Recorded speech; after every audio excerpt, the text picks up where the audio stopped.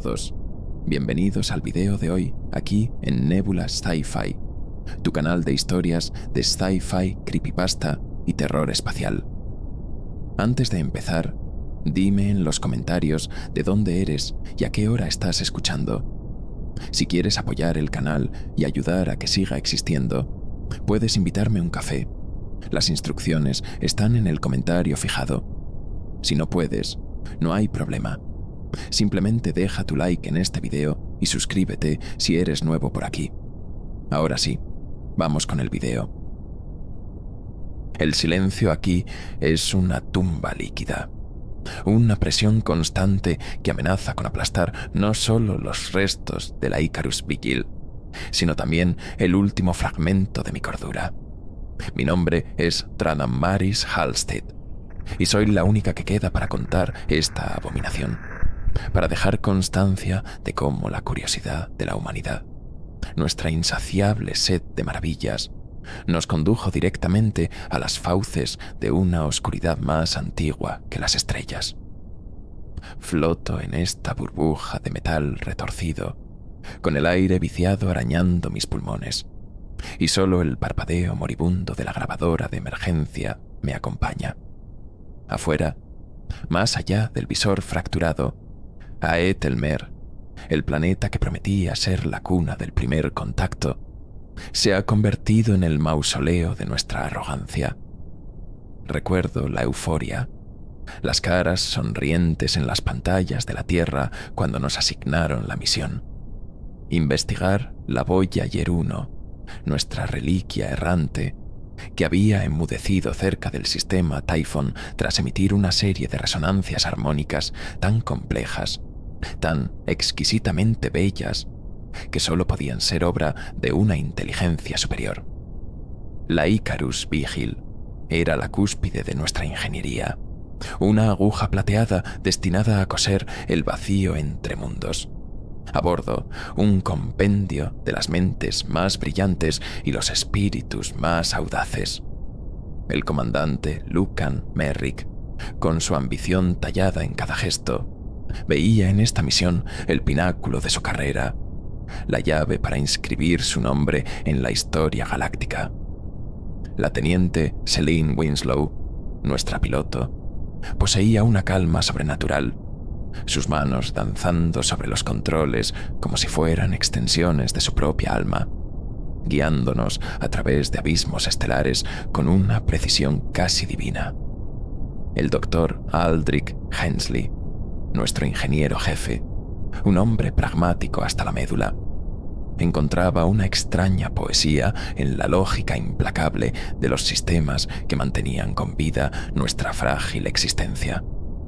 Y luego estaba la doctora Lyra Nova, nuestra xenolingüista, cuyos ojos brillaban con una fervorosa esperanza ante la perspectiva de descifrar el lenguaje de las estrellas, de ser la primera a entender un puente entre conciencias. Finalmente, el sargento Rex Corrigan, un hombre esculpido en granito y pragmatismo, encargado de nuestra seguridad, aunque contra lo que íbamos a encontrar, ninguna arma humana tendría jamás la menor oportunidad. Yo, Maris Halstead, exobióloga, me uní a ellos con un escepticismo que apenas lograba disimular. Una misión anterior, la expedición a Kepler 1860F, había terminado en tragedia, una pérdida que se había incrustado en mi ser como metralla helada.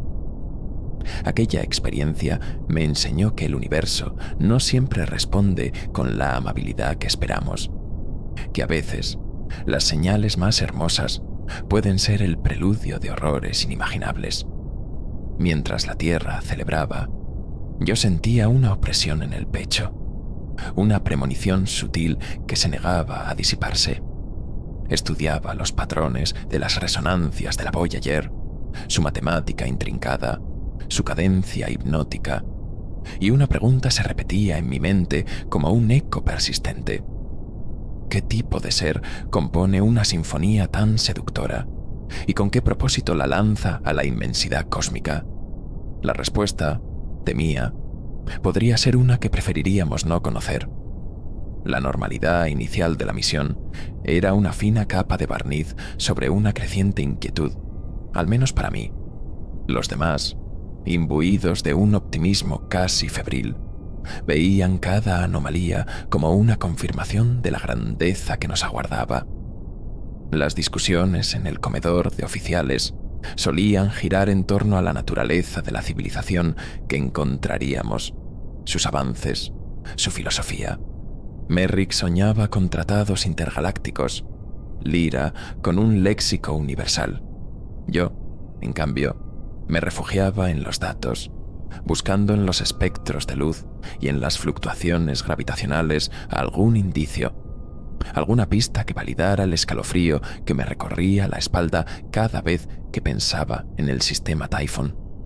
La tripulación, en su mayoría, me consideraba excesivamente cauta, quizás incluso un poco paranoica, una sombra del trauma pasado que se negaba a abandonarme. Pero yo sabía que no era solo eso, era una intuición visceral, una alarma biológica que gritaba peligro ante una melodía demasiado perfecta. Los preparativos para el salto hiperlumínico se desarrollaron con la precisión de un ballet tecnológico. Cada sistema verificado, cada cálculo corroborado, la Icarus Vigil vibraba con una energía contenida, lista para desgarrar el tejido del espacio-tiempo. Recuerdo estar en el observatorio, contemplando la Vía Láctea extendiéndose como un río de diamantes, y pensar en la insignificancia de nuestra empresa frente a tal vastedad. Éramos motas de polvo persiguiendo un susurro, impulsados por una mezcla de vanidad y una esperanza casi infantil. El comandante Merrick dio la orden final, su voz resonando con una confianza que yo no podía compartir, rumbo al sistema Typhon, que la historia sea testigo. Y mientras la nave se lanzaba hacia lo desconocido, una frase de mi abuela, una vieja astrónoma aficionada, resonó en mi cabeza. Niña, hay puertas que es mejor no abrir, pues nunca sabes qué puede estar esperando al otro lado. El viaje a través del hiperespacio fue una distorsión de colores y sensaciones, un interludio donde el tiempo parecía plegarse sobre sí mismo. Durante esos tránsitos, la sensación de irrealidad se agudizaba y mis temores encontraban un terreno fértil para crecer. Soñaba con océanos oscuros, con luces abisales que me llamaban desde profundidades insondables, con cantos que prometían conocimiento y éxtasis, pero que ocultaban un anzuelo invisible. Despertaba sudando frío, con el eco de esas melodías alienígenas resonando en mis oídos, cada vez más claras, cada vez más insistentes. Lyra, por el contrario, pasaba horas analizando las grabaciones de la Voyager, sus ojos brillando con una fascinación que rayaba en la obsesión. Decía que sentía una inteligencia, una conciencia pura en esas armonías. Yo sentía algo más, algo primordial y hambriento. La estructura de la Icarus Vigil, aunque diseñada para soportar las tensiones del viaje interestelar, no era inmune a la soledad que impregna el vacío. Los largos meses entre saltos se convertían en una prueba de resistencia psicológica. Las rutinas se volvían monótonas, las caras familiares, a veces insoportablemente cercanas. Selene mantenía su estoicismo en el puente. Aldrich se perdía en los diagramas de sus motores, y Rex pulía sus armas con una dedicación casi religiosa. Merrick intentaba mantener alta la moral con discursos sobre el glorioso futuro que nos aguardaba, pero incluso su voz, a veces, flaqueaba, traicionando una sombra de la inmensa presión que soportaba. Yo me aferraba a mi trabajo, analizando cada partícula de polvo cósmico, cada onda de radiación, buscando respuestas en el lenguaje silencioso del universo. En mi bitácora personal, escribía sobre la dualidad de nuestra misión, la búsqueda de la verdad y el temor a encontrarla. Anotaba las sutiles variaciones en el comportamiento de la tripulación, la forma en que el canto de la Voyager, incluso a años luz de distancia, parecía filtrarse en nuestros sueños, en nuestros pensamientos más íntimos. Lyra tarareaba fragmentos de la melodía mientras trabajaba, una sonrisa beatífica en su rostro. Aldrich reportaba extrañas fluctuaciones energéticas en los sensores de largo alcance, interferencias que no lograba explicar, pero que descartaba como simples anomalías del espacio profundo. Yo no estaba tan segura. Sentía que nos acercábamos a algo que no solo era inteligente, sino también inmensamente poderoso y quizás malévolo. Y así, suspendidos entre la esperanza y el pavor, nos aproximamos al umbral del sistema Typhon. La nave salió del hiperespacio con una sacudida que nos devolvió a la realidad tangible. Ante nosotros, una estrella azulada teñía el vacío con su luz espectral. Los sensores cobraron vida, barriendo el sistema en busca de Aitelmer, el planeta que, según los cálculos basados en las resonancias de la Voyager, debía ser la fuente de aquella enigmática señal. El ambiente en el puente era una mezcla de expectación y tensión contenida. Todos los ojos estaban fijos en la pantalla principal, esperando la primera imagen, la primera confirmación de que no habíamos viajado en vano. Pero incluso entonces, una pregunta helada se aferraba a mi alma. ¿Qué clase de inteligencia teje una invitación a través del vacío? ¿Y con qué hilo la ha anclado a una de nuestras propias creaciones perdidas?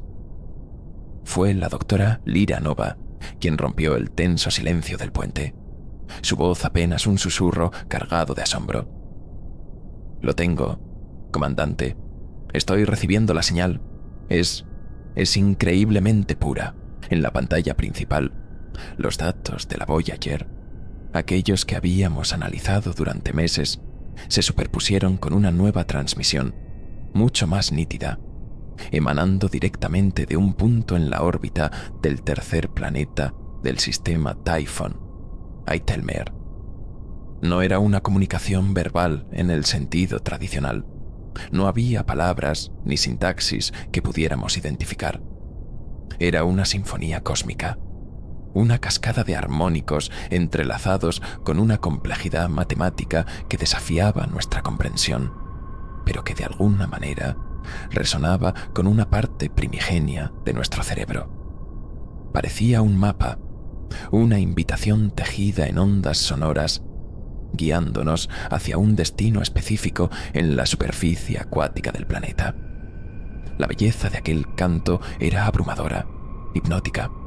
Incluso yo, con mi coraza de escepticismo, sentí como una oleada de extraña fascinación intentaba abrirse paso. Las notas parecían vibrar en el aire mismo de la nave, una caricia sonora que prometía maravillas incalculables. Los rostros de mis compañeros se iluminaron con una euforia casi infantil. Merrick sonreía abiertamente. Selene asentía con la cabeza, sus ojos fijos en los datos de navegación que se actualizaban con la nueva información. Aldrich murmuraba cálculos sobre la energía necesaria para generar una señal de tal magnitud y coherencia a través de distancias interestelares. Lyra, con lágrimas en los ojos, trabajaba febrilmente en su consola, intentando encontrar patrones recurrentes, una clave para descifrar lo que ella llamaba el lenguaje del alma del universo. Era un momento de triunfo aparente, la confirmación de que no estábamos solos. Sin embargo, mientras la melodía envolvía la Icarus Vigil, una disonancia sutil, casi imperceptible, comenzó a arañar los bordes de mi percepción. Era como escuchar a un coro celestial en el que una única voz, oculta entre las demás, entonara una nota ligeramente desviada, una nota que hablaba no de bienvenida, sino de una espera paciente, depredadora. Mis instintos, afilados por la tragedia de Kepler 1865F, se encendieron como una bengala en la oscuridad. Observé a Lyra, absorta en su éxtasis analítico, y vi cómo sus dedos temblaban ligeramente sobre el teclado. El comandante Merrick, por su parte, ya estaba planeando el primer mensaje de respuesta, ansioso por establecer contacto formal.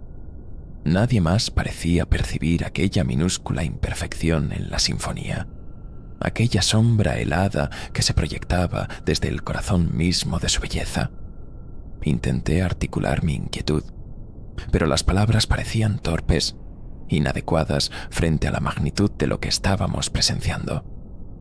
¿Nadie más lo siente?, pregunté, mi voz sonando más débil de lo que pretendía. ¿Esa frialdad subyacente? Merrick me dedicó una mirada condescendiente, la misma que reservaba para mis momentos de excesiva cautela. Doctor Halstead, dijo con un tono falsamente tranquilizador, estamos al borde del mayor descubrimiento en la historia de la humanidad. Un poco de nerviosismo es comprensible, pero no dejemos que la aprensión nuble nuestro juicio. Esta señal es una obra de arte, una prueba irrefutable de una inteligencia pacífica y avanzada. Lyra asintió con vehemencia, sin apartar la vista de sus pantallas. Es pura armonía, Maris. No hay nada hostil en ella. Es trascendente. Pero mi cuerpo no mentía. Un escalofrío recorrió mi espina dorsal y la piel de mis brazos se erizó. La resonancia, aunque exquisita en su superficie, llevaba consigo una vibración que me resultaba profundamente perturbadora, como el zumbido de un insecto invisible momentos antes de picar. Era una sensación similar a la que había experimentado en los pasillos abandonados de la colonia de Kepler, justo antes de que encontráramos lo que encontramos. Traté de analizarlo lógicamente. Quizás era la propia Voyager 1, su estructura dañada, la que introducía esa distorsión en la señal original. O tal vez era simplemente mi propio cerebro, proyectando mis miedos sobre un fenómeno desconocido. Pero en el fondo, sabía que era algo más, algo inherente al canto mismo. La decisión de Merrick fue rápida y predecible. Prepararíamos una sonda para un primer acercamiento a Eitelmer, seguida por un descenso controlado del módulo de exploración una vez que el planeta fuera considerado seguro. Mientras tanto, Lyra intentaría modular una respuesta basada en los armónicos que habíamos recibido, una especie de saludo musical. Yo fui asignada al equipo de análisis biológico preliminar, encargada de estudiar cualquier posible forma de vida detectada por los sensores de largo alcance. Era una tarea rutinaria, pero en ese momento sentí que cada dato que recogiera podría ser una pieza de un rompecabezas mucho más siniestro de lo que nadie imaginaba. La perfección del canto era, en sí misma, una anomalía. La naturaleza raramente produce simetrías tan absolutas sin un propósito oculto.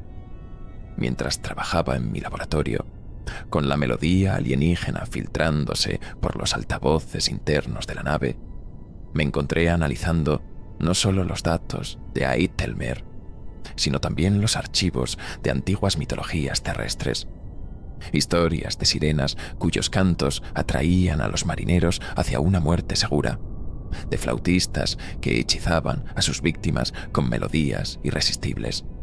Eran cuentos, por supuesto, fantasías de una humanidad primitiva. Pero, ¿y si contenían una verdad arquetípica? ¿Y si la belleza extrema pudiera ser el camuflaje más efectivo para una intención depredadora? Sacudí la cabeza, intentando desechar esos pensamientos. Estaba siendo irracional, dejándome llevar por el miedo. Debía centrarme en la ciencia, en los hechos. Sin embargo, los hechos eran esquivos. Eitelmer se presentaba como un mundo oceánico, con una atmósfera rica en oxígeno y vapor de agua. Los sensores indicaban una biosfera compleja, pero no detectaban estructuras tecnológicas evidentes en la superficie visible. Todo el canto parecía emanar de las profundidades de sus vastos océanos. Era como si el planeta entero fuera un instrumento musical y sus habitantes, los músicos. La imagen era poética, pero también inquietante. ¿Qué tipo de seres vivirían sumergidos en una oscuridad perpetua, comunicándose a través de vibraciones sónicas tan poderosas que podían cruzar el abismo interestelar? La respuesta se sentía cada vez más lejana, envuelta en capas de una belleza que comenzaba a parecerme amenazante.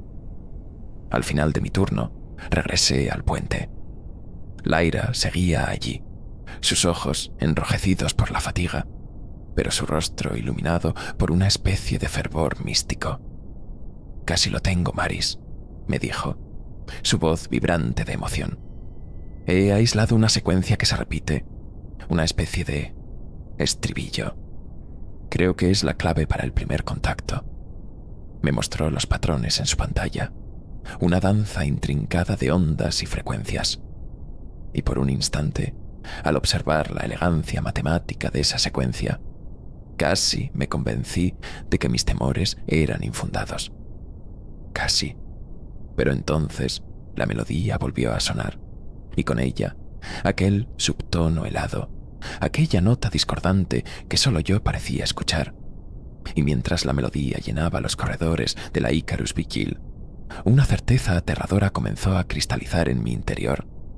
No estábamos siendo invitados a un diálogo, sino atraídos hacia una partitura escrita con nuestra propia aniquilación. Los años luz que nos separaban de Aethelmer se contrajeron en una serie de saltos hiperlumínicos, cada uno acercándonos más al epicentro de aquella melodía cósmica que ya se había entretejido en el tejido mismo de nuestra existencia a bordo de la Icarus Vigil. El aislamiento, esa bestia silenciosa que acecha en los confines del espacio profundo, comenzó a mostrar sus garras con mayor insistencia.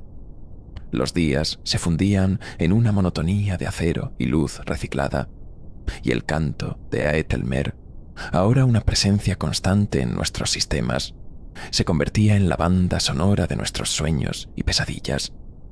Para mí, eran más lo segundo. Noches enteras me encontraba flotando en abismos acuáticos sin fin, perseguida por luces pulsantes que emergían de la oscuridad, llamándome con una dulzura que helaba la sangre. La melodía era siempre la misma, exquisita y aterradora, una nana cantada por una entidad desconocida. La influencia del canto en la tripulación se hizo más evidente con cada parsec que recorríamos. Lyra Nova vivía en un estado de perpetua fascinación. Sus cuadernos, llenos de complejas transcripciones armónicas y teorías sobre la conciencia musical de los aethelmerianos.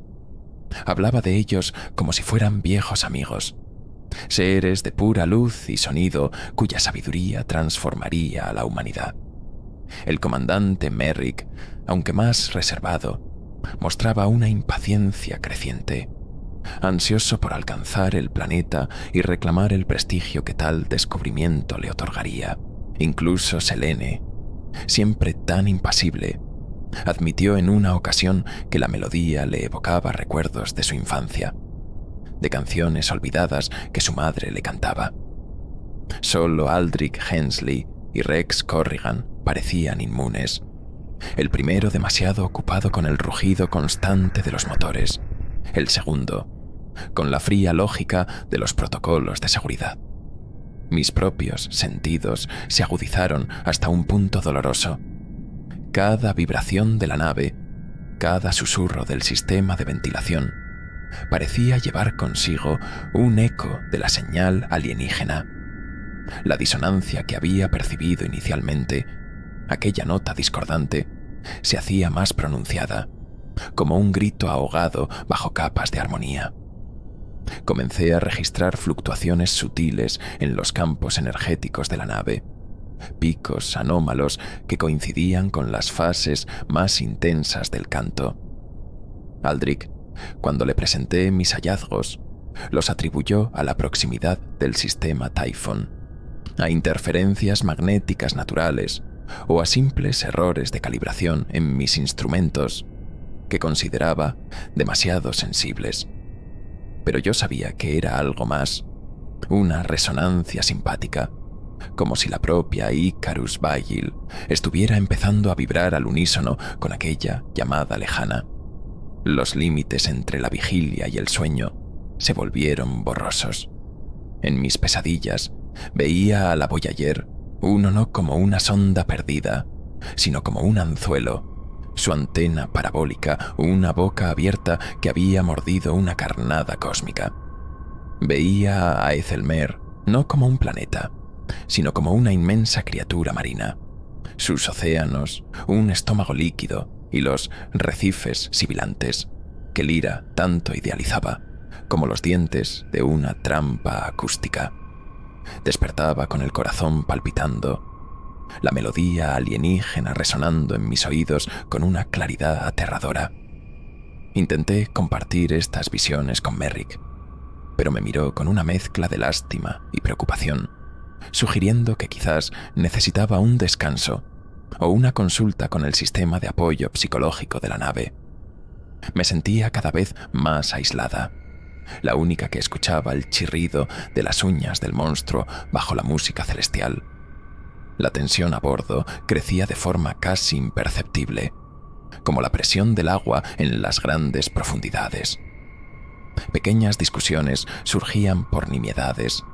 El humor se volvía más cortante. Rex Corrigan comenzó a realizar simulacros de seguridad con una frecuencia inusual, sus ojos barriendo los corredores como si esperara una amenaza inminente. Selene pasaba más tiempo del necesario en el simulador de vuelo, como si buscara refugio en la familiaridad de los protocolos de emergencia. Aldrich, por su parte, se encerraba en la sala de máquinas, rodeado del calor y el estruendo de los motores, un ruido tangible que ahogaba el susurro insidioso del canto. Solo Lyra parecía florecer en aquel ambiente, su rostro cada vez más pálido, pero sus ojos brillando con una luz febril mientras se sumergía más y más en el enigma de la señal. Empecé a sospechar que el canto no era solo una comunicación, sino una forma de influencia, una onda psíquica sutilmente afinada para resonar con nuestras esperanzas y miedos más profundos. Para Lyra, era la promesa de comprensión universal. Para Merrick, la gloria. Para Selene, quizás, una nostalgia por algo perdido. Para mí, era la encarnación de mi trauma, la advertencia de que lo desconocido raramente es benigno. Intenté modificar los filtros de audio de la nave, introducir un contrapunto que anulara esa disonancia que tanto me perturbaba, pero los sistemas parecían resistirse, como si una inteligencia externa estuviera protegiendo la integridad de la señal.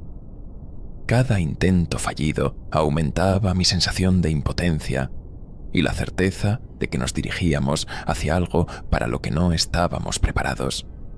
Un día, mientras revisaba los datos de telemetría de la Voyager, uno de los meses previos a su silencio, encontré algo que me heló la sangre.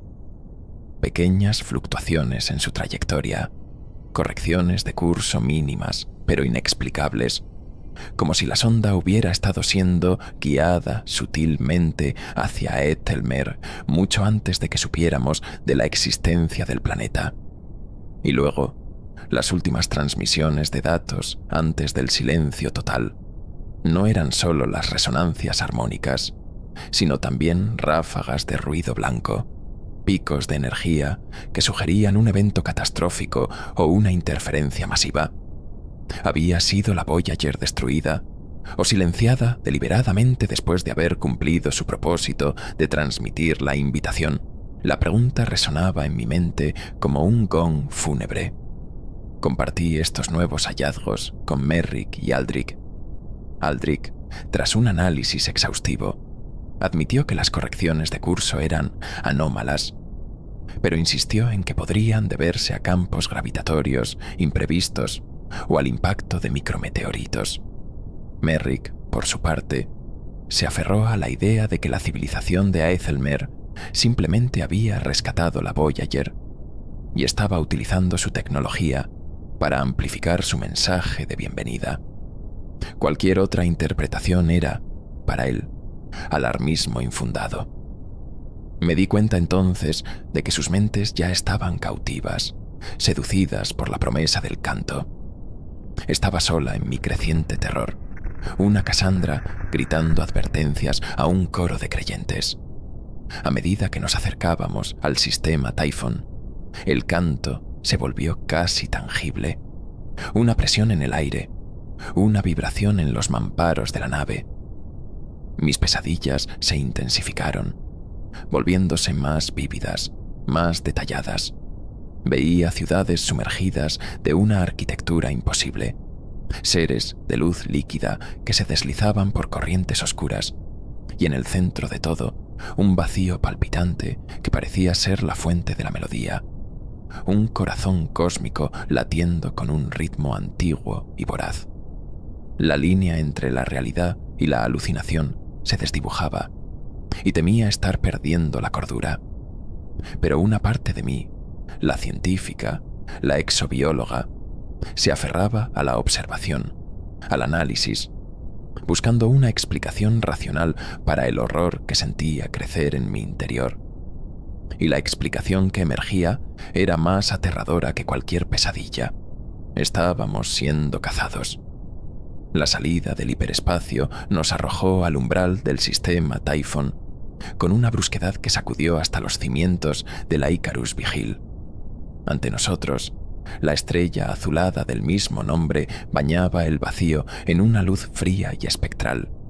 Y allí, suspendido como una joya líquida en la oscuridad, estaba Aethelmere. Era un mundo de una belleza sobrecogedora, un orbe perfectamente esférico envuelto en un océano global de aguas que brillaban con una luminiscencia interna, un azul profundo y palpitante que parecía respirar. Nubes iridiscentes se arremolinaban en su atmósfera superior, y desde el espacio no se distinguía ni un solo continente, solo la promesa de profundidades insondables. El canto, ahora, era una presencia abrumadora, una sinfonía que resonaba directamente en nuestros huesos, en nuestras almas. Los sensores de la nave cobraron vida con una ferocidad renovada, barriendo la superficie y las profundidades de Aethelmere. Lo que revelaron fue aún más asombroso y perturbador. Bajo las aguas luminiscentes, extendiéndose por miles de kilómetros a lo largo del lecho marino, se encontraban estructuras colosales. No eran ciudades en el sentido que nosotros entendíamos, sino intrincados entramados que se asemejaban a arrecifes de coral gigantescos, pero con una simetría geométrica demasiado perfecta para ser obra de la naturaleza. Estas estructuras, a las que Lyra bautizó inmediatamente como los recifes sibilantes, pulsaban con la misma luz azulada que el océano, y de ellas emanaba la totalidad del canto alienígena. Eran, en efecto, los instrumentos y los músicos de aquella ópera cósmica. La magnitud de estas formaciones era difícil de asimilar. Algunas se elevaban desde el fondo del océano como montañas sumergidas, sus cimas rozando casi la superficie, mientras que otras se extendían en patrones fractales que cubrían áreas equivalentes a continentes enteros en la Tierra. La energía que emitían era inmensa, y la complejidad de sus armonías superaba cualquier cosa que hubiéramos podido imaginar. La doctora Nova estaba fuera de sí de alegría, declarando que habíamos encontrado una civilización de tipo 3 en la escala de Kardashev, seres capaces de manipular la energía de su planeta a voluntad. El comandante Merrick, con una sonrisa triunfal, ordenó preparar el Nautilus Profundo, nuestro sumergible de exploración avanzada. Íbamos a descender a las profundidades de Aethelmere, mientras el equipo de exploración, compuesto por Lyra, el sargento Corrigan y yo, con Merrick coordinando desde la Icarus Vigil y Selene, a los mandos del módulo de descenso que nos llevaría a la superficie del océano, se preparaba. Una sensación de pavor se apoderó de mí. La belleza de Aethelmer era innegable, casi divina, pero bajo esa fachada luminiscente sentía una corriente helada, una inteligencia vasta y antigua que nos observaba con una paciencia insondable. Los recifes sibilantes no me parecían obras de ingeniería pacífica, sino las redes de una araña cósmica, y nosotros, las incautas presas que se acercaban, atraídas por el brillo de la seda.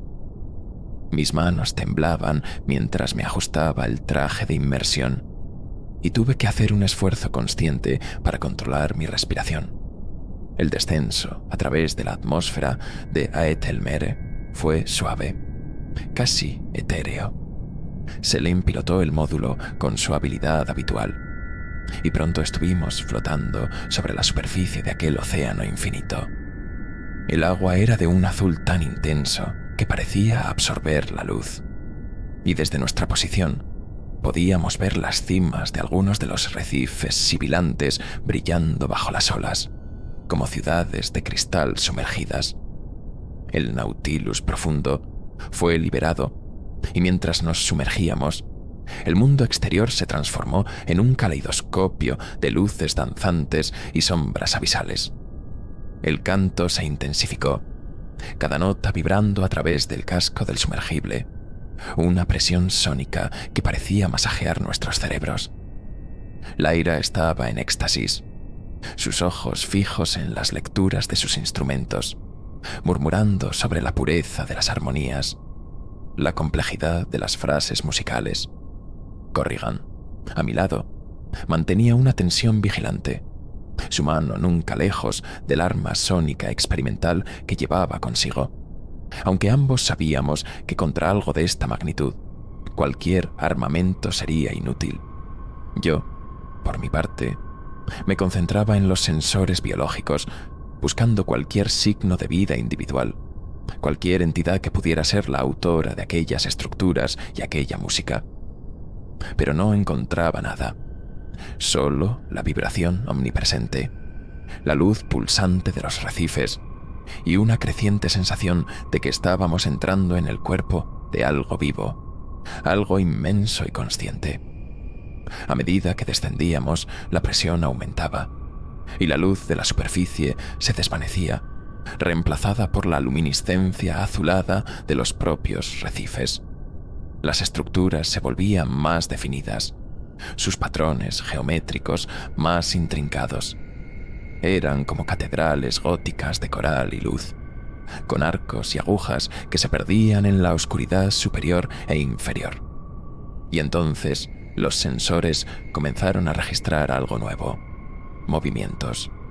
No eran criaturas nadando, sino más bien fluctuaciones en la propia luz, sombras etéreas que se deslizaban entre los pilares de los recifes, como si fueran parte de ellos, o emanaciones de su conciencia. Eran los primeros indicios de los coralinos sibilantes, aunque en ese momento no sabíamos qué eran, ni la pesadilla que estaban a punto de desatar. Merrick, desde la Icarus Vigil, nos urgía a acercarnos a una de las estructuras centrales, una que parecía ser el nexo de una gran parte de la red sónica. Lyra estaba ansiosa por obedecer, creyendo que allí encontraríamos el corazón de la civilización aethelmeriana. Yo, en cambio, sentía que nos estábamos adentrando en la boca del lobo. La presión mental que ejercía el canto era cada vez más fuerte, y comencé a ver imágenes fugaces en mi mente, rostros distorsionados, ojos innumerables observándome desde la oscuridad, geometrías imposibles que se retorcían y cambiaban. Intenté advertir a Merrick, decirle que algo no estaba bien, que sentía una hostilidad latente bajo la belleza, pero mi voz se perdía en la euforia general del descubrimiento. El Nautilus profundo se deslizó lentamente hacia el interior de una vasta caverna luminiscente en el corazón del arrecife sibilante. Las paredes estaban cubiertas de glifos pulsantes que parecían cambiar y reorganizarse mientras los mirábamos, como un lenguaje vivo que se negara a ser descifrado. Y en el centro de la caverna, flotando en una suspensión ingrávida, había una esfera de luz pura, un sol en miniatura que emitía las armonías más intensas y complejas que habíamos escuchado hasta entonces. Era magnífico y profundamente aterrador. Y mientras nos acercábamos, la esfera comenzó a pulsar con más fuerza, y las sombras etéreas que habíamos visto antes comenzaron a congregarse a su alrededor, tomando formas más definidas, más intencionales. La trampa, sentí, estaba a punto de cerrarse. La esfera de luz en el corazón del arrecife sibilante pulsó con una intensidad cegadora, y el canto alcanzó un crescendo que vibró en cada átomo de nuestro ser. Fue entonces cuando las sombras etéreas, los coralinos sibilantes, se materializaron por completo. No eran seres de carne y hueso, sino entidades de luz líquida y sonido solidificado, formas fluidas y cambiantes que se deslizaban por el agua con una gracia antinatural. Sus cuerpos, si es que podían llamarse así, eran un torbellino de azules y púrpuras iridiscentes, con apéndices luminosos que se extendían y retraían como tentáculos de energía pura.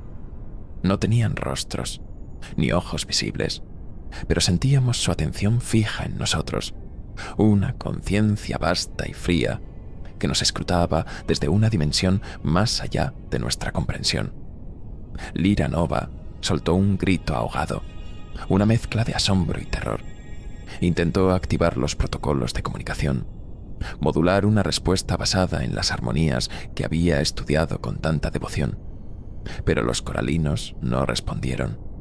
En lugar de eso, uno de ellos se deslizó hacia el Nautilus profundo, su forma luminosa atravesando el casco del sumergible como si no existiera. No hubo daño físico, ni una sola brecha en el metal, pero una oleada de energía psíquica nos golpeó con la fuerza de un ariete. Sentí como si mi mente estuviera siendo invadida, despojada capa por capa, mis pensamientos y recuerdos expuestos a una inteligencia alienígena que no mostraba ni curiosidad ni compasión, solo un apetito frío y calculador. «Comandante, nos están atacando psíquicamente», grité por el comunicador, mi voz temblando. «Tenemos que salir de aquí ahora». En la Icarus Vigil, el comandante Merrick sonaba confundido, incrédulo. «Doctor Halstead, ¿qué está ocurriendo? Los sensores no indican ninguna agresión física. Mantengan la calma. Intenten establecer un contacto pacífico». Pero la calma era imposible. Lyra se había desplomado sobre su consola, sus ojos en blanco, una fina línea de sangre goteando de su nariz. El sargento Corrigan, con un rugido de furia y miedo, desenfundó su arma sónica y disparó una ráfaga contra la entidad que había invadido el sumergible. El coralino sibilante simplemente onduló, absorbiendo la energía sónica sin el menor efecto, y luego un tentáculo de luz se extendió y tocó la frente de Corrigan. El sargento se quedó rígido, sus músculos tensos, y luego se derrumbó como una marioneta a la que le hubieran cortado los hilos. El pánico se apoderó de mí. Estábamos atrapados, a merced de seres que podían manipular nuestras mentes y neutralizarnos sin esfuerzo aparente. La belleza de Aethelmer se había revelado como una máscara, y bajo ella acechaba una pesadilla Lovecraftiana. Mientras más coralinos comenzaban a rodear el Nautilus profundo, sus cantos individuales fusionándose en una cacofonía psíquica que amenazaba con desgarrar mi cordura, tomé una decisión desesperada. Anulé los controles de Lyra y activé los propulsores de emergencia, intentando sacar el sumergible de la caverna. La maniobra fue torpe, brusca, pero logramos movernos unos metros antes de que otro coralino se interpusiera en nuestro camino, su luz pulsando con una intensidad amenazante. Desde la Icarus Vigil, Merrick seguía exigiendo explicaciones, su voz cada vez más tensa. «Halstead, informe. ¿Qué diablos está pasando ahí abajo?»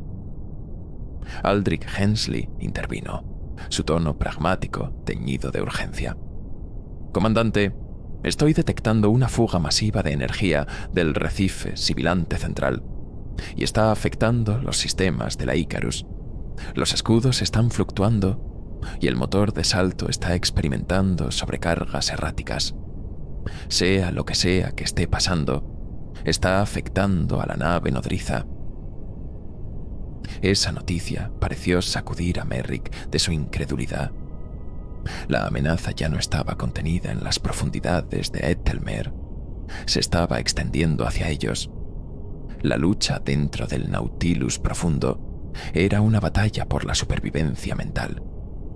Los coralinos no nos atacaban físicamente, pero su asalto psíquico era implacable.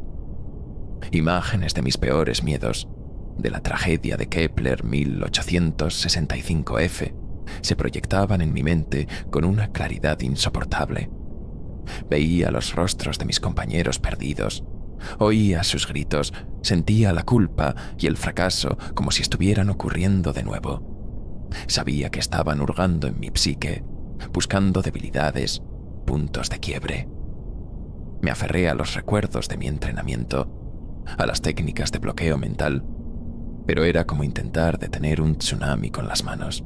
La interfaz neural experimental que llevaba para analizar formas de vida extremas, diseñada para registrar y traducir patrones biológicos complejos, ofrecía una mínima protección, un filtro delgado contra la avalancha psíquica, pero no era suficiente. En un momento de lucidez, logré activar una contramedida sónica de amplio espectro, una frecuencia caótica diseñada para interferir con comunicaciones telepáticas. No esperaba que dañara a los coralinos, pero quizás podría crear una breve ventana de confusión. Por un instante, la presión mental disminuyó ligeramente y aproveché para lanzar el Nautilus profundo a toda potencia hacia la salida de la caverna. Los coralinos sibilantes se agitaron, sus luces parpadeando con irritación, y varios de ellos se lanzaron en nuestra persecución, deslizándose por el agua con una velocidad asombrosa. La huida de las profundidades de Aethelmer se había convertido en una carrera desesperada contra entidades de pesadilla. El conflicto interno en la Icarus Vigil debió ser igual de intenso.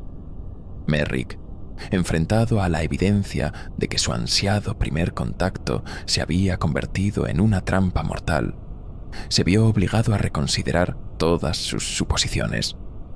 La ambición que lo había impulsado ahora luchaba contra el instinto de supervivencia. Debía ordenar una retirada inmediata, abandonándonos a nuestra suerte en las profundidades, o arriesgar la nave y el resto de la tripulación intentando un rescate imposible. La comunicación con el Nautilus profundo era intermitente, llena de estática y los ecos distorsionados del canto alienígena. Cada palabra que lograba transmitir pintaba un cuadro de horror y desesperación que contradecía todas las esperanzas que habían albergado. Mientras ascendíamos a trompicones, con los coralinos pisándonos los talones, pude ver a Lyra comenzando a convulsionar en su asiento, espuma brotando de sus labios. Su mente, abierta y receptiva a la belleza del canto, había sido la más vulnerable al ataque. Corrigan yacía inmóvil, sus ojos abiertos y vacíos, una cáscara deshabitada. Yo era la única que quedaba funcional, mi propia mente al borde del colapso, luchando contra las oleadas de terror y las imágenes impuestas por los coralinos. La verdad se abría paso con una claridad brutal. No éramos exploradores ni embajadores. Éramos alimento, o quizás algo peor, catalizadores involuntarios de un propósito alienígena que apenas comenzábamos a vislumbrar. Y la fractura no era solo interna, en nuestras mentes y en nuestra tripulación. Era una fractura en la propia realidad, una grieta por la que se asomaba un horror cósmico. El Nautilus profundo, maltrecho y con sus sistemas fallando intermitentemente, emergió de las profundidades de la caverna del recife sibilante como un pez herido escapando de las fauces de un leviatán. Detrás de nosotros, una estela de coralinos sibilantes nos perseguía, sus formas luminosas cortando el agua oscura con una determinación implacable. La contramedida sónica que había activado apenas los frenaba, una molestia menor para seres de tal poder.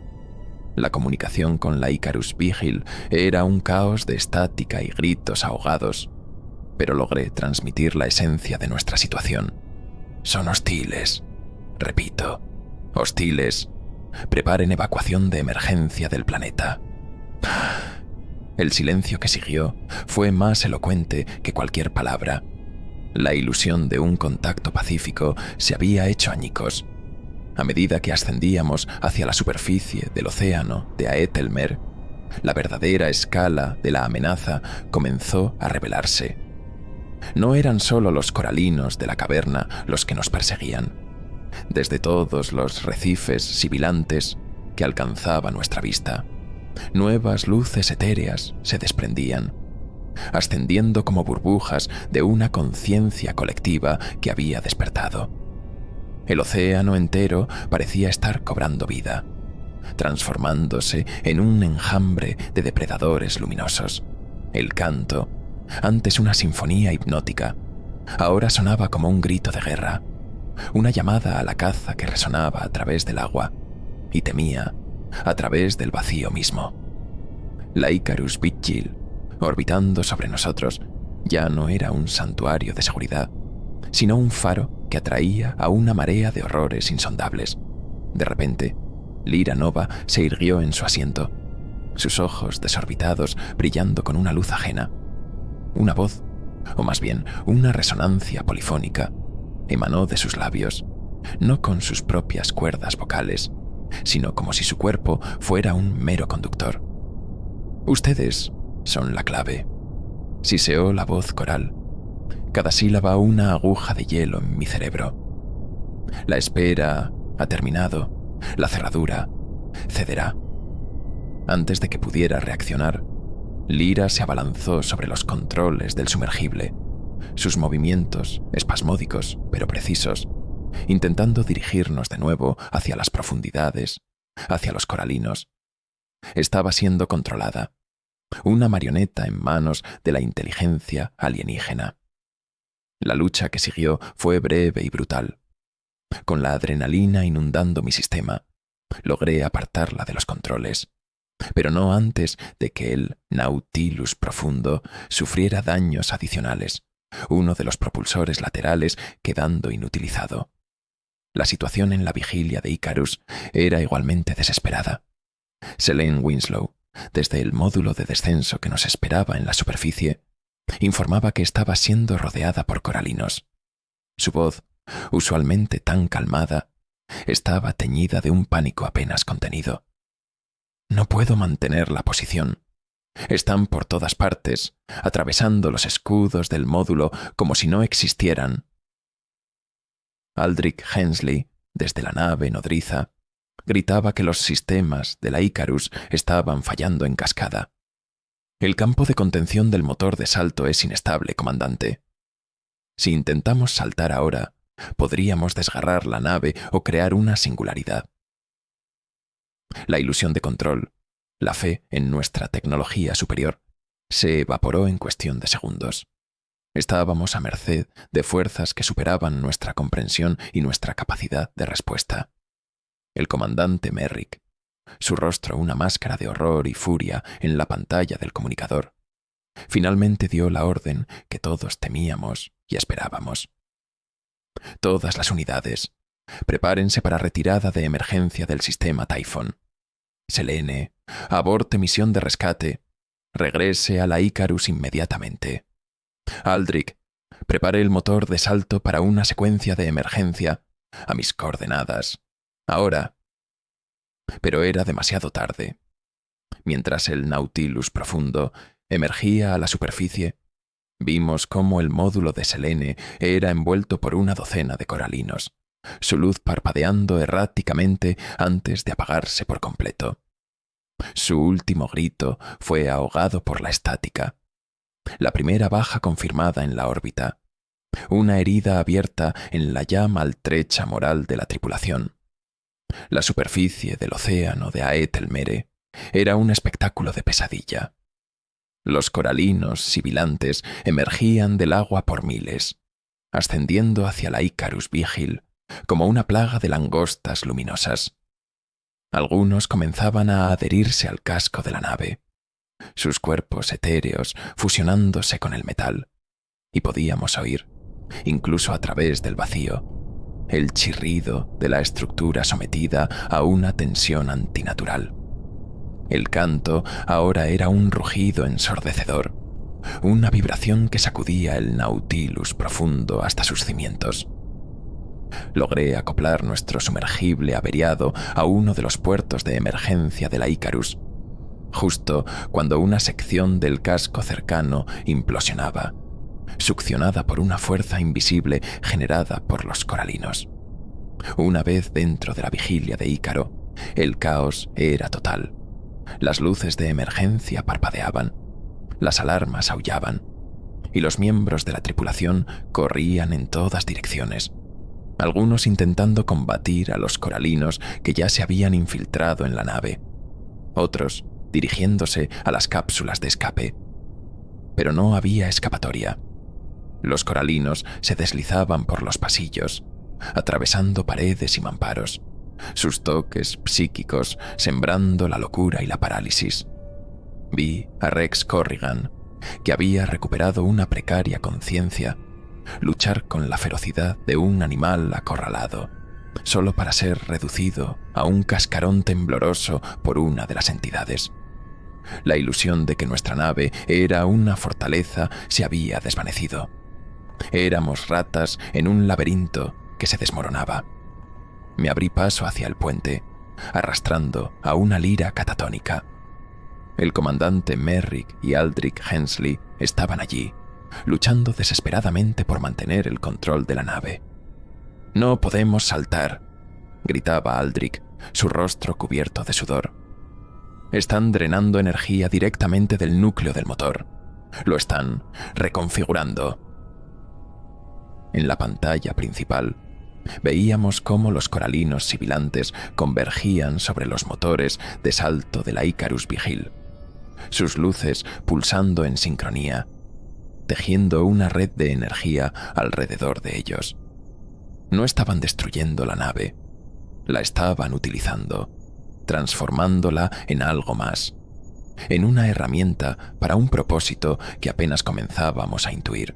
Fue entonces cuando la voz polifónica volvió a sonar, esta vez no a través del ira, sino desde los propios altavoces de la nave, desde las paredes, desde el aire mismo.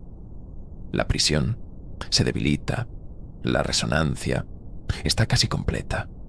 Ustedes han traído la frecuencia armónica final. La libertad está cerca. Y con esa revelación, cualquier atisbo de esperanza, cualquier ilusión de que podríamos escapar o luchar, se extinguió. No éramos solo presas. Éramos la llave que abriría la jaula de una abominación cósmica. Y la puerta estaba a punto de ceder. La seguridad de nuestro mundo, la cordura de nuestra realidad, se habían quebrado irrevocablemente. El puente de la vigilia de Ícaro se convirtió en el epicentro de nuestra desesperación. Las palabras de la entidad coral, resonando a través de la propia nave, habían destrozado cualquier pretensión de control. Ya no éramos exploradores ni soldados. Éramos instrumentos afinados por una inteligencia alienígena para un propósito monstruoso. El comandante Merrick, su rostro pálido y demacrado bajo las luces parpadeantes de emergencia, observaba las lecturas del motor de salto con una expresión de horror absoluto. Los coralinos sibilantes no solo estaban drenando su energía, sino que la estaban redirigiendo, modulándola, convirtiendo nuestra tecnología más avanzada en el corazón de su propio mecanismo de escape. La nave entera gemía y vibraba bajo la tensión, el metal crujiendo como los huesos de una bestia moribunda. Aldrich Hensley trabajaba con una furia desesperada en la consola de ingeniería, intentando cortar el flujo de energía hacia los motores, tratando de iniciar una sobrecarga manual que al menos nos negara como herramienta. «No responde, comandante», gritaba por encima del estruendo. «Han bloqueado los controles primarios. Están cantando a través de los circuitos. Sus armónicos están reescribiendo los protocolos de seguridad del núcleo». La idea de que una forma de vida basada en sonido y luz pudiera hackear y reprogramar un motor de materia-antimateria era inconcebible. Una violación de todas las leyes de la física que conocíamos. Pero estaba sucediendo ante nuestros ojos. La Icarus Vigil, nuestro orgullo y nuestra fortaleza, se estaba convirtiendo en una bomba de relojería afinada por nuestros captores. El asalto psíquico de los coralinos se intensificó, ya no como ataques individuales, sino como una oleada constante que erosionaba nuestra voluntad. Las imágenes de terror y desesperación eran implacables, diseñadas para quebrarnos, para convertirnos en observadores pasivos de nuestra propia destrucción y, peor aún, de la liberación de la abominación que habían mantenido prisionera. Lyra Nova, a quien había logrado sentar en una de las sillas del puente, permanecía en un estado catatónico, pero de vez en cuando sus labios se movían, emitiendo fragmentos del canto alienígena, como si fuera un canal involuntario para su conciencia colectiva. Verla así, su brillante mente reducida a un eco de nuestros enemigos, era una tortura adicional. Afuera, el espectáculo era apocalíptico. El enjambre de coralinos sibilantes envolvía la Icarus Vigil como una mortaja luminosa. Ya no intentaban infiltrarse. Su objetivo era el motor. Podíamos ver a través de los visores cómo convergían en la sección de popa, sus cuerpos etéreos fusionándose en una masa pulsante de energía que se hundía en el casco de la nave, dirigiéndose directamente hacia el núcleo del motor de salto. La estructura de Aethelmer, los recifes sibilantes, brillaban con una intensidad renovada en el planeta de abajo, como si estuvieran participando en el ritual, aportando su propia energía a la inminente liberación. El planeta entero era una prisión, y nosotros habíamos traído la lima para cortar los barrotes. Merrick, finalmente, pareció aceptar la inevitabilidad de nuestra situación. Su ambición se había hecho añicos, reemplazada por una sombría resolución. Aldrich, dijo con una voz sorprendentemente calmada en medio del caos, ¿hay alguna forma de detonar el núcleo manualmente? Desde aquí, desde el puente. Olvídate de los protocolos. Hensley negó con la cabeza, sus manos ensangrentadas por golpear la consola inerte. Negativo, comandante. Han aislado el núcleo. Necesitaríamos acceso físico y eso es imposible ahora. La palabra imposible flotó en el aire viciado del puente, cargada de un peso insoportable. Nuestro sistema de propulsión, la maravilla que nos había llevado a través de las estrellas, se había convertido en nuestro talón de Aquiles. La vulnerabilidad que estos seres habían explotado con una precisión aterradora. Fue entonces cuando sentí un cambio en la naturaleza del canto. La presión psíquica no disminuyó, pero a ella se unió una nueva sensación, una especie de anticipación, como el silencio que precede a una tormenta, o la calma tensa antes de que una presa rompa. Los coralinos estaban llegando al clímax de su plan, y nosotros, los pocos que quedábamos con un atisbo de conciencia, estábamos a punto de ser testigos de algo que ningún ser humano debería ver jamás. La estructura de nuestra realidad, las leyes que gobernaban el universo tal como lo conocíamos, estaban a punto de ser desgarradas. Y en esa reconfiguración, nosotros éramos meros espectadores, insectos atrapados en el engranaje de una maquinaria cósmica incomprensible. Mi propia mente, aunque protegida parcialmente por la interfaz neural, estaba al límite. Las imágenes que los coralinos proyectaban eran cada vez más abstractas, más perturbadoras.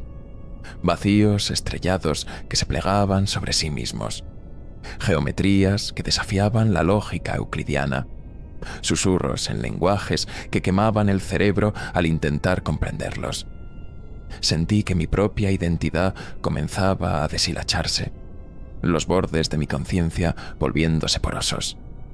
La doctora Maris Halstead, exobióloga de la Alianza Terrestre, se estaba disolviendo en un mar de terror cósmico. Y en esa disolución, una nueva y aterradora forma de comprensión comenzaba a emerger, una que no deseaba. El colapso no era solo el de nuestra nave o el de nuestra misión. Era el colapso de la ilusión de que la humanidad ocupaba un lugar significativo en el cosmos. Éramos una casualidad, una breve chispa de conciencia en un universo indiferente, y habíamos tropezado con fuerzas tan antiguas y poderosas que nuestra existencia era para ellas menos que la de una hormiga para nosotros. Y ahora, esa hormiga había pateado inadvertidamente el hormiguero equivocado. El sistema que nos había sostenido, nuestra tecnología, nuestra lógica, nuestra esperanza, se había desintegrado. Solo quedaba el horror puro y la inminencia de lo desconocido. Merrick me miró, sus ojos reflejando la misma desesperación que sentía en mi propio corazón. «Halstead», dijo, su voz apenas un susurro. Si sobrevive a esto, cuénteles lo que vimos, adviértales». Asentí, aunque no sabía cómo podría sobrevivir, ni si habría alguien a quien advertir. La Icarus Vigil dio una sacudida violenta, y las luces del puente se apagaron por completo, sumiéndonos en una oscuridad solo rota por el brillo infernal de los coralinos que se filtraba por los visores y las grietas del casco. El fin había comenzado. En la oscuridad opresiva del puente, con el único sonido del chirrido del metal y el eco distante del canto alienígena, mi interfaz neural, aquella pieza de tecnología experimental que había sido mi única y precaria defensa contra el asalto psíquico, comenzó a comportarse de manera errática. Las lecturas biométricas se dispararon, y una serie de datos incomprensibles comenzó a fluir directamente en mi córtex visual, no como imágenes impuestas por los coralinos, sino como información cruda, fragmentada, extraída del propio fenómeno que nos rodeaba. Era como si la intensidad de la energía que los coralinos estaban manipulando hubiera desbloqueado capacidades latentes en la interfaz, o quizás la estuviera utilizando como un conducto involuntario. Al principio era un torbellino caótico de símbolos alienígenas, diagramas de energía que desafiaban la física conocida, y fragmentos de lo que parecían ser recuerdos, no recuerdos humanos, sino ecos de una conciencia vasta y antigua. Poco a poco, a medida que mi mente luchaba por procesar el diluvio, comenzaron a surgir patrones. Vi la creación de los coralinos sibilantes, no como seres biológicos, sino como una forma de energía consciente, una especie de error o arma surgida de un universo anterior, o de un experimento cósmico que había salido terriblemente mal. Vi cómo eran temidos y perseguidos por otras inteligencias cósmicas, seres de una magnitud aún mayor, que finalmente lograron aprisionarlos en Aethelmer. Aethelmer no era su mundo natal, sino su cárcel.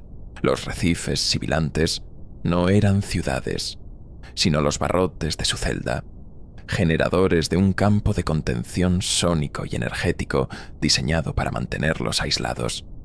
El canto que habíamos interpretado como una invitación o una obra de arte era en realidad una señal de socorro, un grito de encarcelamiento que había estado resonando a través del cosmos durante eones, buscando una frecuencia específica, una llave armónica que pudiera resonar con los mecanismos de su prisión y desactivarlos.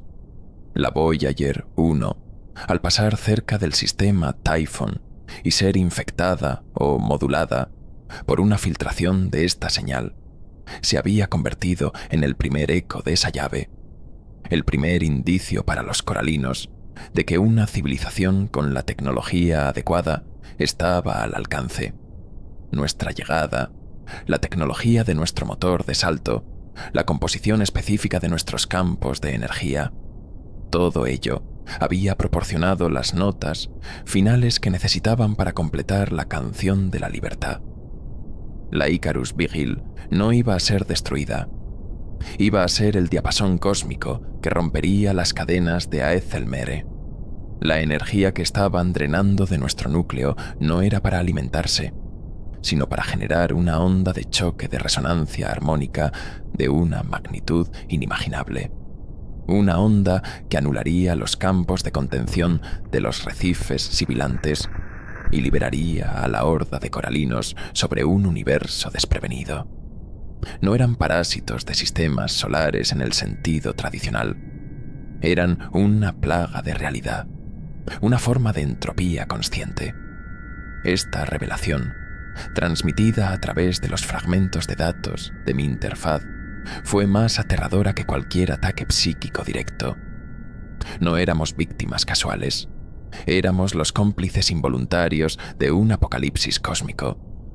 Nuestra ciencia, nuestra curiosidad, nuestra propia existencia se habían convertido en las herramientas de nuestra propia perdición, y potencialmente la de innumerables mundos más. La virada estratégica que esta información ofrecía no era una de esperanza, sino de comprensión absoluta del horror. Ya no había posibilidad de negociación, ni de escape, solo la certeza de que habíamos desencadenado algo que nunca debería haber sido liberado. «Comandante», logré decir, mi voz ronca por el polvo y la desesperación, mientras la información seguía fluyendo en mi mente. «Aethelmer es una prisión. Ellos están usando nuestra nave para escapar. El canto era una llave». Merrick, apenas una silueta en la penumbra, se volvió hacia mí. No podía ver su expresión, pero sentí el peso de su comprensión. «¿Escapar? ¿Hacia dónde, Halstead?», preguntó, su voz desprovista de toda emoción. «Hacia todas partes», respondí. «Son una plaga, una tormenta de energía consciente. Y nosotros acabamos de abrirles la puerta del universo». En ese momento, la interfaz neural emitió un pulso final de información, un último fragmento del rompecabezas. Mostraba un punto débil en el proceso de afinación que los coralinos estaban realizando en nuestro motor. Una sobrecarga específica, en un momento preciso, no detendría la liberación, pero podría crear una reacción en cadena que al menos destruiría la Icarus Vigil por completo, impidiendo que se convirtiera en un faro permanente o en un portal estable para ellos. Sería un acto de autosacrificio fútil en el gran esquema de las cosas, pero quizás, solo quizás, podría comprarle al universo un poco más de tiempo, o al menos negarle a estas entidades su instrumento principal. Era una posibilidad infinitesimal, una aguja en un pajar de desesperación, pero era lo único que nos quedaba. Comuniqué esta última información a Merrick y a Aldrich, que había logrado restablecer una mínima iluminación de emergencia en el puente. Aldrich, a pesar de sus heridas y su agotamiento, asintió con una determinación sombría. «¿Podría funcionar?», murmuró, sus dedos ya volando sobre una consola auxiliar que aún respondía. «Si puedo anular los protocolos de seguridad del eyector de plasma del núcleo y dirigirlo hacia las bobinas de salto en el momento exacto en que alcancen la resonancia crítica, podría desestabilizar toda la matriz». Era un plan suicida, una apuesta con probabilidades astronómicas en nuestra contra, pero era una acción, un último acto de desafío contra la oscuridad que nos envolvía. Merrick se levantó, su figura erguida a pesar del temblor de la nave.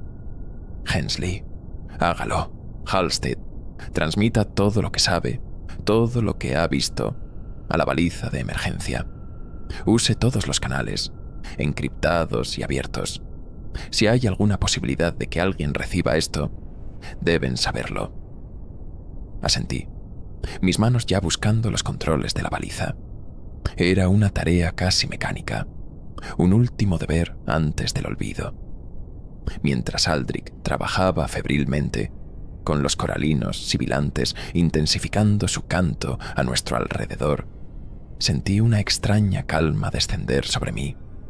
No era paz, sino la aceptación fría de lo inevitable y la tenue chispa de un propósito final. Íbamos a morir, pero quizás nuestra muerte podría servir como una última y desesperada advertencia.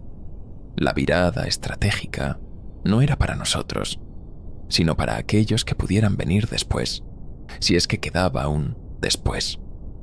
La verdad oculta se había revelado en toda su monstruosa magnitud, y con ella, la única y diminuta opción de acción que nos quedaba: convertir nuestra tumba en una pira funeraria que, con suerte, iluminara brevemente la oscuridad que estábamos a punto de desatar.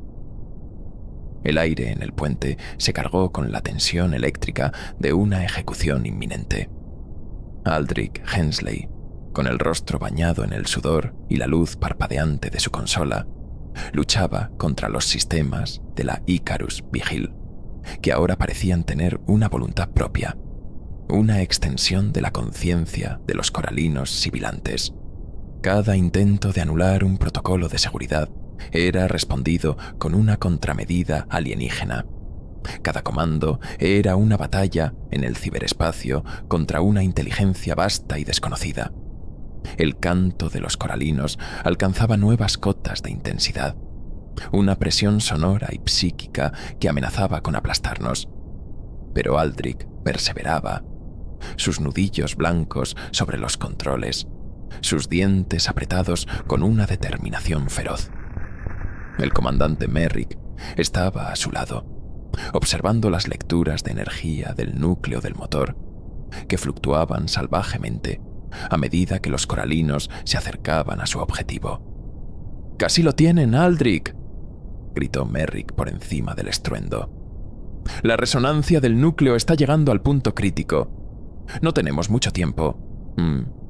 Yo, mientras tanto, estaba volcada en la baliza de emergencia, grabando mi testimonio, transmitiendo los datos de la interfaz neural, cada fragmento de información que pudiera servir como advertencia. Mis dedos volaban sobre el teclado.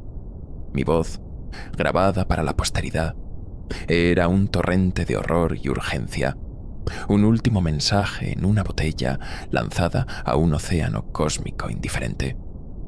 Sabía que las posibilidades de que alguien lo recibiera a tiempo, o de que creyeran su contenido, eran mínimas, pero era un deber que tenía que cumplir.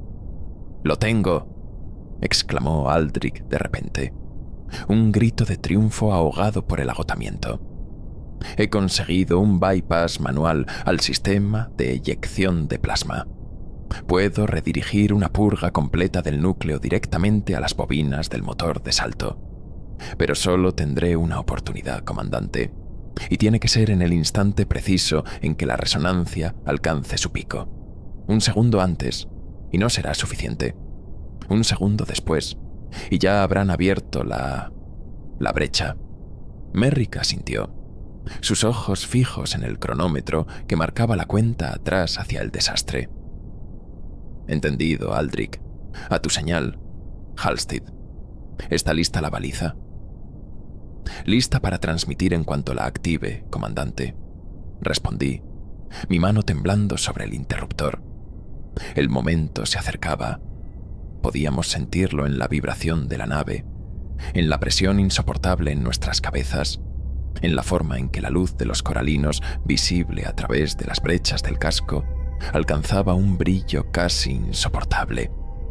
Era como estar en el corazón de una estrella a punto de convertirse en supernova.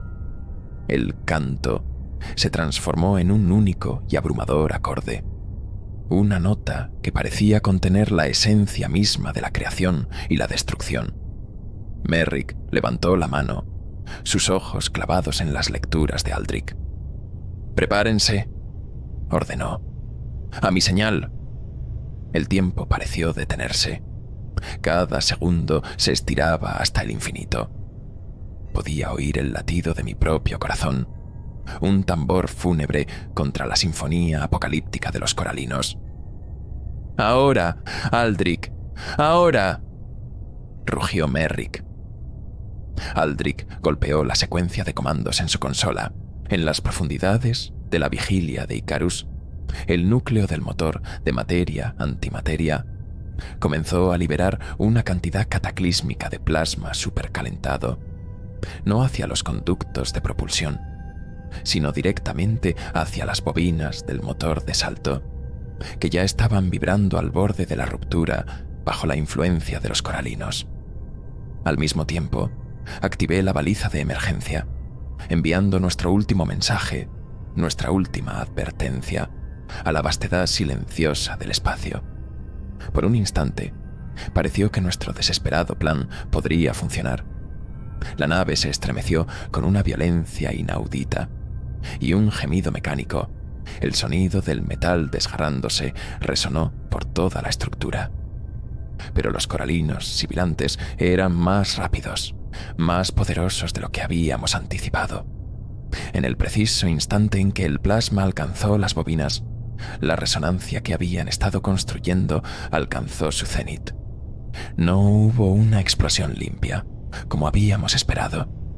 En lugar de eso, la energía de nuestro núcleo y la energía de los coralinos chocaron en una conflagración de fuerzas inimaginables. El espacio alrededor de la vigilia de Ícaro pareció curvarse, distorsionarse. Los colores se volvieron imposibles. Las leyes de la física se retorcieron como si fueran de goma. Y en el corazón de esa vorágine, donde antes estaba nuestro motor de salto, comenzó a abrirse una grieta. No era una grieta en el casco de la nave, sino una grieta en el tejido mismo de la realidad. Una herida oscura y palpitante en el universo, de la que emanaba una oscuridad aún más profunda, una sensación de vacío primordial que helaba el alma. Los coralinos sibilantes, que hasta entonces habían sido entidades de luz, comenzaron a fluir hacia esa grieta, pero al hacerlo, sus formas cambiaron. Se volvieron más sombrías, más monstruosas, como si la luz que los componía fuera solo una máscara para la verdadera oscuridad que albergaban. Nuestro intento de intervención no había detenido la liberación, la había acelerado, la había hecho más caótica, más incorrecta. La onda de choque de la realidad desgarrándose nos golpeó con la fuerza de 1000 soles. El puente de la vigilia de Icarus se desintegró a nuestro alrededor. Vi a Aldrich Hensley ser consumido por una luz negra que brotó de su consola. Vi al comandante Merrick aferrarse a su asiento, su rostro una mueca de desafío y horror, antes de ser arrastrado hacia la brecha por una fuerza invisible. Yo fui arrojada contra un mamparo. el impacto robándome el aliento, mi visión llenándose de estrellas. Y mientras la conciencia me abandonaba, la última imagen que vi fue la de la grieta en el universo, expandiéndose, y de ella comenzando a emerger algo que no eran los coralinos, algo más antiguo, algo peor. Nuestra gran acción decisiva, nuestro último acto de desafío, no había sido una pira funeraria, había sido la mecha que encendió una conflagración universal. Cuando recuperé una precaria conciencia, el universo a mi alrededor era un lienzo de locura. La Icarus Vigil ya no existía como una estructura coherente. Era un amasijo de restos retorcidos, flotando en el epicentro de una herida cósmica. La grieta en la realidad, aquel desgarro oscuro que habíamos presenciado, ahora dominaba mi campo de visión. Un portal irregular hacia una nada palpitante que parecía absorber la luz y la esperanza. De su interior no solo emergían los coralinos sibilantes, ahora transformados en espectros de sombras danzantes, sino también otras cosas, formas que mi cerebro se negaba a procesar, geometrías que se contradecían a sí mismas, entidades cuya mera silueta evocaba una sensación de náusea primordial y terror existencial. Estaba atrapada en lo que quedaba del compartimento de carga, una burbuja de metal milagrosamente intacta, aunque con múltiples brechas por las que se filtraba el vacío y la luz imposible de la grieta. Mi traje estaba dañado, el oxígeno disminuyendo a un ritmo alarmante, pero el dolor físico era insignificante comparado con el horror que presenciaban mis ojos. Los coralinos sibilantes, aquellos seres de luz que nos habían atraído con su belleza, ahora se revelaban como meros heraldos, los carceleros que al ser liberados habían abierto la puerta a sus amos, o quizás a sus propios creadores. Lo que emergía de la grieta no tenía nombre en ningún lenguaje humano, ni forma que pudiera ser contenida por la razón. Eran titanes de la no existencia, encarnaciones de paradojas vivientes. Vi extensiones que eran a la vez tentáculos y vacíos, ojos que eran galaxias colapsando, bocas que eran agujeros negros cantando con las voces de estrellas muertas. Su escala era incomprensible. Hacían que la Icarus Vigil pareciera una mota de polvo, y a los propios coralinos, simples chispas. Y a medida que estas absoluteces emergían, el universo a su alrededor se deformaba. Las estrellas cercanas se retorcían, sus colores cambiaban a tonalidades enfermizas. El espacio mismo parecía gemir, protestar ante la intrusión de algo que no pertenecía a esta realidad, o a ninguna realidad comprensible. El canto que había dominado nuestras percepciones durante tanto tiempo se había transformado. Ya no era una melodía, ni siquiera un grito de guerra. Era una cacofonía de imposibilidades, un ruido blanco que contenía todos los sonidos y ninguno, una vibración que no solo se oía, sino que se sentía en la estructura misma del ser, deshilachando los lazos que mantenían unida la materia y la conciencia. Sentí cómo mi propia mente, ya frágil, comenzaba a fracturarse bajo esa presión, los últimos vestigios de cordura amenazando con disolverse en la locura pura que emanaba de la grieta. Una de las absoluteces, una montaña de oscuridad cambiante con incontables apéndices luminosos que parecían estrellas robadas, se giró lentamente hacia los restos de la Icarus Vigil. No podía decir si me había visto o si simplemente estaba inspeccionando la fuente de la perturbación que había permitido su liberación. Pero sentí su atención, una conciencia tan vasta y ajena que hacía que la de los coralinos pareciera casi humana en comparación. No había malicia en ella, ni curiosidad, ni ninguna emoción que yo pudiera reconocer. Solo una presencia, una existencia que era una negación de todo lo que yo consideraba real. Y entonces, la Absolutes habló. O más bien, una idea fue impresa directamente en mi mente, sin pasar por los sentidos. Una comunicación tan directa y abrumadora que casi me hizo perder el conocimiento. No eran palabras ni imágenes, sino un concepto puro, una verdad desnuda que mi cerebro apenas podía contener. La disolución es el propósito. Esa era la esencia. Estos seres no venían a conquistar ni a destruir en el sentido que nosotros entendíamos. Eran agentes de una entropía última, seres cuya existencia misma promovía el desmoronamiento de las estructuras, el retorno de la complejidad a la simplicidad del vacío, el fin de todas las historias. La prisión de Aethelmere no había sido solo para los coralinos. Había sido una barrera, una de muchas quizás, contra estas entidades del vacío exterior. Y nosotros, en nuestra ignorancia, en nuestra arrogancia, habíamos desmantelado esa barrera. Los coralinos eran solo los síntomas, la fiebre.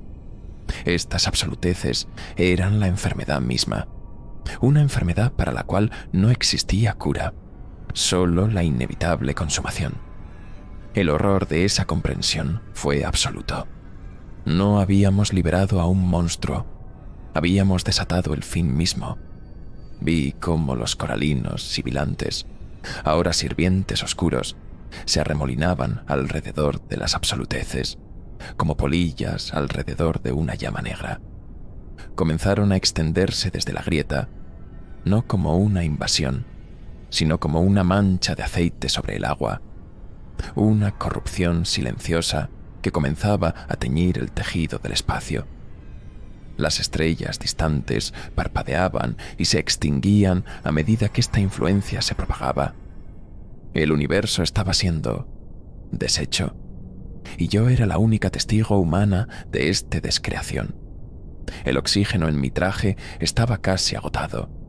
Mi cuerpo estaba roto, mi mente al borde del abismo. Pero en medio de ese terror supremo, una extraña lucidez se apoderó de mí. El contacto con lo absoluto, con la verdad desnuda de la futilidad cósmica, había quemado todas mis ilusiones, todos mis miedos personales. Solo quedaba el hecho puro y terrible de lo que estaba sucediendo. Y la necesidad, la última necesidad humana de dejar constancia. Aunque fuera un grito en un vendaval que se llevaba el universo entero. La Absolutes, que me había hablado, pareció perder interés, volviéndose para unirse a sus congéneres en la lenta y metódica disolución de la realidad. No éramos nada para ellos, menos que nada.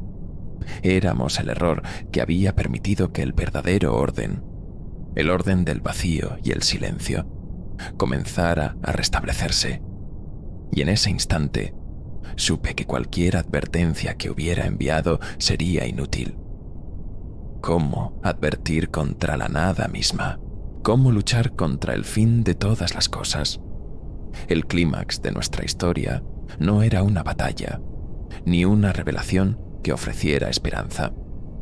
Era la simple y aplastante constatación de nuestra absoluta e irremediable insignificancia.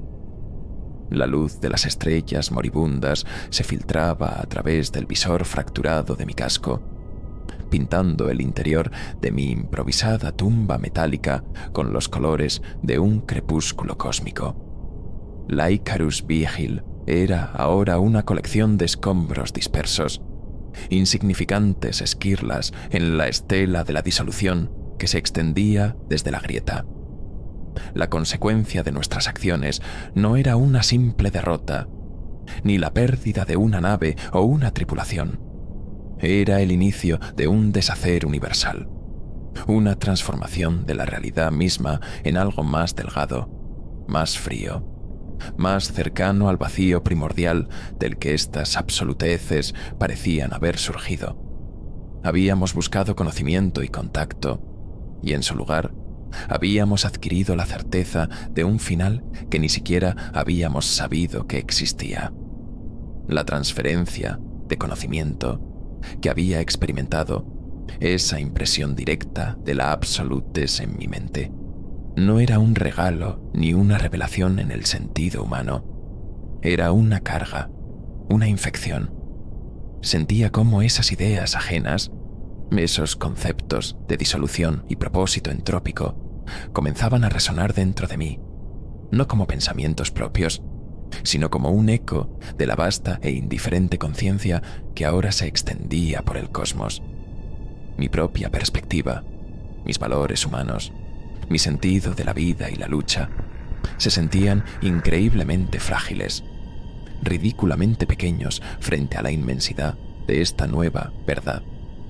¿Qué importaba la supervivencia de una especie o la santidad de la vida ante la inexorable marcha hacia la nada? La transformación que sufrí no fue física, más allá de las heridas y la agonía de la asfixia inminente. Fue una metamorfosis interna, una erosión del alma. La doctora Maris Halstead, la científica, la exploradora, la mujer que una vez tuvo esperanzas y miedos, se estaba convirtiendo en algo más, o quizás en algo menos, una simple testigo, un recipiente pasivo para la comprensión de un horror que trascendía la capacidad humana de respuesta. Ya no sentía el pánico agudo, ni la furia, ni siquiera la desesperación. Solo una profunda y abrumadora tristeza, la tristeza de un universo que se desvanecía, y la extraña y perturbadora sensación de que de alguna manera esta disolución tenía una lógica propia, una inevitabilidad que la hacía casi pacífica. Perdí la noción del tiempo. Los minutos se convertían en eternidades mientras observaba el avance de la mancha de no existencia. Las estrellas se apagaban una a una, como velas sopladas por un viento invisible. Los colores del espacio se volvían más apagados.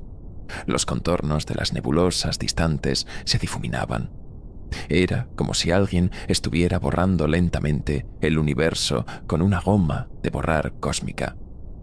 Los coralinos sibilantes, ahora meras sombras al servicio de las absoluteces, danzaban en la periferia de esta disolución, sus formas apenas visibles contra la creciente oscuridad, sus cantos ahora ecos apagados de la gran sinfonía del silencio que se avecinaba.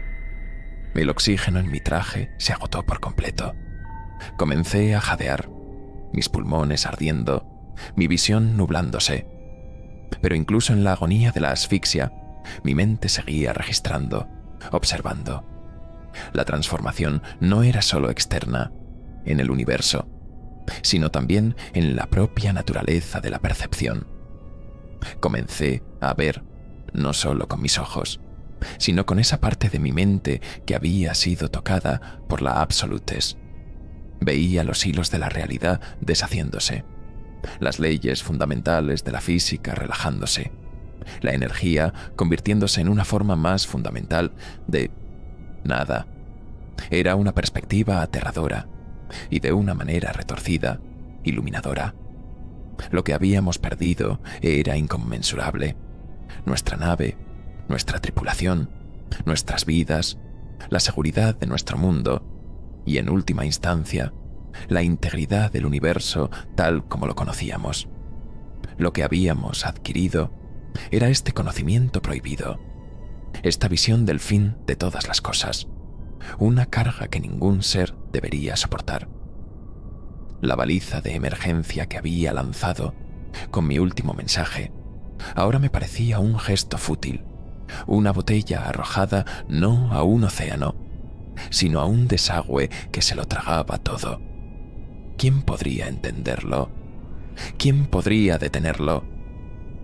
La última consecuencia tangible para mí fue el frío, un frío que no era la ausencia de calor, sino algo más profundo, la temperatura del vacío absoluto, la caricia helada de la no existencia.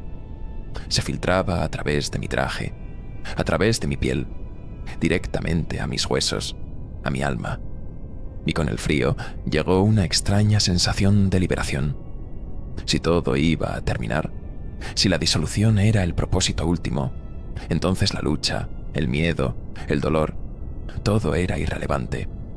Solo quedaba el ser o el no ser en este último acto del drama cósmico. Mi transformación final no sería en una nueva forma de vida, ni en un estado superior de conciencia. Sería la simple y llana cesación, la reincorporación de mis átomos al gran flujo de la entropía. Y mientras mi visión se oscurecía por completo y el último aliento escapaba de mis labios, una última idea resonó en mi mente, no mía, sino de ellos, de las absoluteces. Todo regresa al silencio. Y por primera vez, esa idea no me pareció aterradora, sino simplemente inevitable. Aquí, en los restos destrozados de la Icarus Vigil, flotando en el umbral de un universo que se deshace, el concepto de futuro ha perdido todo significado. Mi cuerpo yace inerte, el último suspiro congelado en el vacío, pero una astilla de mi conciencia, o quizás solo el eco de mi trauma grabado en el tejido del espacio-tiempo por la interfaz neural, sigue observando. La baliza de emergencia, con mi voz quebrada narrando el horror, se aleja a la deriva, una mota de esperanza improbable en un mar de aniquilación creciente. Dudo que su mensaje llegue a alguna parte antes de que la ola de disolución la alcance. Pero el acto de enviarla, ese último gesto de desafío o de deber, es lo único que queda de la doctora Maris Halstead. Lo que he presenciado ha redefinido no solo mi comprensión del cosmos, sino la naturaleza misma de la existencia. La humanidad, con sus sueños de exploración y conquista, con su creencia en un universo ordenado y cognoscible, era una niña jugando con cerillas en un polvorín cósmico. Buscábamos respuestas en las estrellas y encontramos la pregunta definitiva. ¿Cuál es el valor de la existencia frente a la certeza del olvido absoluto? No hay una respuesta satisfactoria, solo el avance inexorable de las absoluteces, borrando la pizarra del ser. El nuevo estado de normalidad que se establece no es de paz, ni de reconstrucción. Es el lento y silencioso desvanecimiento. Las galaxias se apagan, la luz muere, la materia se desintegra en sus componentes más fundamentales, y luego, incluso esos componentes se disuelven en la nada primordial. Es un proceso tranquilo, casi sereno en su inevitabilidad. No hay gritos, ni explosiones espectaculares, solo el susurro decreciente de un universo que se duerme para no despertar jamás. Los coralinos sibilantes, los heraldos de esta nada, se han fundido con ella, su propósito cumplido, su canto finalmente silenciado. Si alguna civilización, en algún rincón distante del cosmos, logra interceptar mi mensaje antes de que la oscuridad los alcance, ¿qué podrían hacer? ¿Cómo se prepara uno para el fin de la realidad misma? Quizás mi advertencia solo servirá para añadir una nota de terror consciente a sus últimos momentos. O quizás, en su desesperación, buscarán sus propias grietas, sus propias formas de acelerar lo inevitable, eligiendo una muerte rápida en lugar de una lenta agonía. No lo sé. Solo sé que la puerta que abrimos en Aethelmer no puede cerrarse. La doctora Maris Halstead murió en el sistema Typhon, junto con toda su tripulación. Pero la cosa que observa ahora, esta conciencia fragmentada, lleva consigo la carga de su conocimiento. Ya no hay miedo ni esperanza, solo una vasta y fría comprensión.